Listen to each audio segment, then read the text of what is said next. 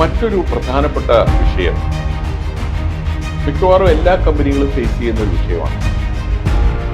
അതായത് നമ്മൾ contract workers, അതായത് നമ്മുടെ കോൺട്രാക്ടറിലൂടെ വെച്ചിരിക്കുന്ന തൊഴിലാളികൾ, അവരുടെ പ്രൊവിഡന്റ് ഫണ്ട് ESIയുടെ കാര്യത്തിൽ പ്രിൻസിപ്പൽ എംപ്ലോയർക്ക് എത്രമാത്രം റെസ്പോൺസിബിലിറ്റി.